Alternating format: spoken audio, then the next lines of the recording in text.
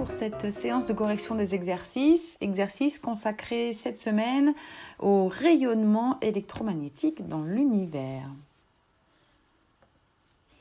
Le premier exercice était assez simple, c'était vraiment une application du cours, une appropriation de ce que c'est qu'un rayonnement électromagnétique. On vous demandait dans un premier temps, à partir d'animaux capables de détecter des rayonnements, quels étaient parmi ces rayonnements ceux qui étaient perceptibles par les animaux et non perceptibles par les êtres humains. Donc on reprend l'énoncé, les papillons et les abeilles sont très sensibles aux UV, d'accord ? Donc UV ici, ça veut dire ultraviolet. Et les serpents crotales de leur côté détectent les infrarouges. Les infrarouges, qu'on peut aussi nommer IR, sont également des rayonnements électromagnétiques. Ces deux rayonnements font partie du grand spectre des rayonnements électromagnétiques que vous avez vu dans votre bilan de cours, mais l'œil humain ne peut pas les voir, ne peut pas les détecter. Donc la réponse était simplement les UV et les infrarouges sont des rayonnements invisibles par l'œil humain, mais perceptibles par certains animaux. Ok ? Question suivante, classer ces rayonnements par énergie croissante. Donc pareil, dans le cours, dans le bilan de cours, vous avez vu ce petit graphique, ce petit schéma qui représente sur une flèche quelques-uns des rayonnements électromagnétiques de l'univers classés par énergie croissante. Donc à gauche, les rayonnements les moins énergétiques, les ondes radio. À droite, les rayonnements les plus énergétiques, les rayons gamma. Et donc si on situe ici les rayonnements dont on a parlé juste au-dessus, à savoir les ultraviolets, la lumière visible et les infrarouges, ils sont ici. Ok ?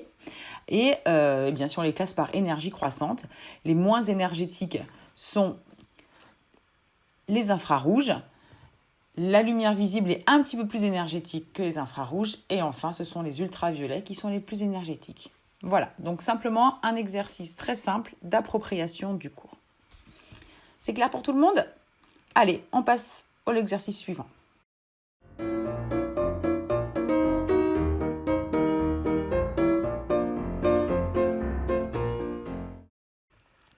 L'exercice numéro 2 était plus technique et plus calculatoire aussi, je pense que vous vous en êtes aperçu.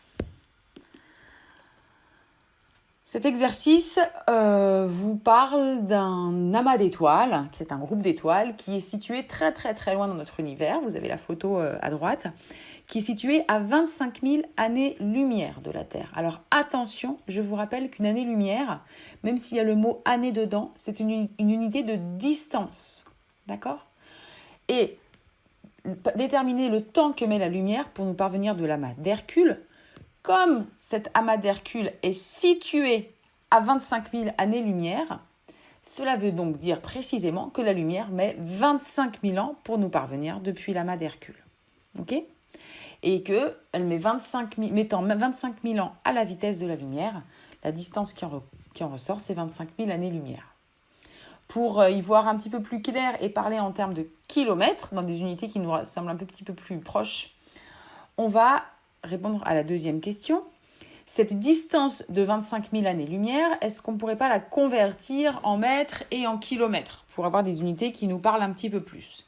Eh bien, pour cela, il faut se souvenir, on l'a vu dans le cours, donc ça, vous n'avez pas à connaître cette valeur par cœur, on vous la donnera, mais une année-lumière, une AL, c'est égal à 9,46 10 puissance 15 mètres. Ok ? Vous décalez la virgule de 2 rangs vers la droite et vous rajoutez encore 13 zéros derrière et ça vous donne le nombre de mètres qu'il y a dans une année-lumière. Mais c'est une unité de distance, j'insiste encore. C'est la distance que parcourt la lumière en un an à la vitesse de 300 000 km par seconde. Ok ? Donc c'est énorme, effectivement, elle va très loin. Donc, une année-lumière, c'est ça, c'est cette valeur-là, 9,46 10 puissance 15 mètres. Donc, 25 000 années-lumière, logiquement, c'est 25 000 fois plus. Donc, je multiplie la valeur juste au-dessus par 25 000. 25 000 fois 9,46 10 puissance 15. Là, on utilise sa calculatrice et on trouve 2,365 fois 10 puissance 20 mètres. Et pour passer au kilomètre, donc je vous rappelle que 1 kilomètre, c'est 1000 mètres. Donc, on enlève 3 zéros à la valeur en mètres. Et pour enlever ces 3 zéros, en puissance de 10, ça revient à enlever 3 à la puissance qui est ici. 20 moins 3, ça fait bien 17. D'accord ? Donc voilà, ça c'était juste un petit calcul. Il faut savoir le faire. C'est important. Mais donc, vous voyez que ces valeurs sont énormes en mètres et en kilomètres. Ce sont des nombres qu'on a du mal à se représenter. D'où l'intérêt d'utiliser la grandeur année-lumière pour avoir des chiffres un petit peu plus petits et qui nous parlent un petit peu plus. Vous savez, les physiciens, ils aiment bien ça, mettre des unités adaptées aux ordres de grandeur qu'ils étudient. Quand on va aller voir des toutes petites distances, on va parler en micromètres, en nanomètres. Et quand on va voir des très grandes distances, on va parler en kilomètres, puis en gigamètres, puis en années-lumière. Voilà. J'espère que c'était clair. Si vous avez besoin d'un petit peu plus de... Alors, la conclusion, elle est là.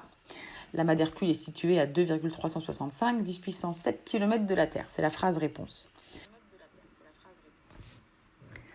Voilà, je vous dis à bientôt. J'espère que cette vidéo vous a permis de bien comprendre ces exercices.